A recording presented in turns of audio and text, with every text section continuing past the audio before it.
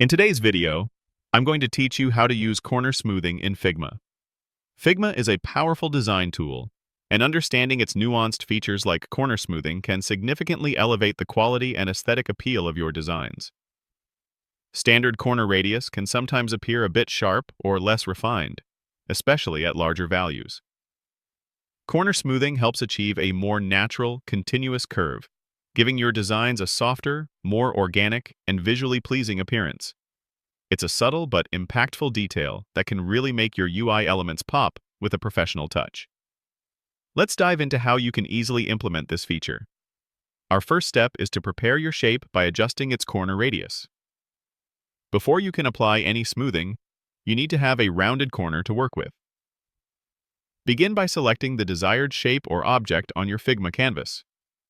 Once your object is selected, look over to the right sidebar, specifically in the Design panel. Here, you'll find the Corner Radius input field. You can adjust this value to your preference, making your corners more or less rounded. For instance, if you're designing a button, you might start with a radius of, say, 8 or 10 pixels. The key here is to establish a base curve. Feel free to experiment with different radius values to see how they impact your shape. A larger radius will naturally provide a more pronounced curve for the smoothing effect to work on. This foundational step ensures that when we apply corner smoothing, it has an existing curve to refine and enhance. Now that you have a rounded corner, it's time to apply the smoothing. With your shape still selected, navigate back to the Design panel on the right. You'll often find the corner smoothing option located near the corner radius input, sometimes appearing as a small icon that, when clicked, reveals a slider or additional input field. It might be represented by an icon that looks like a small rounded square with a dot. Click on this icon to reveal the corner smoothing options. You'll typically see a slider or a percentage input. This control allows you to specify the degree of smoothness you want to apply.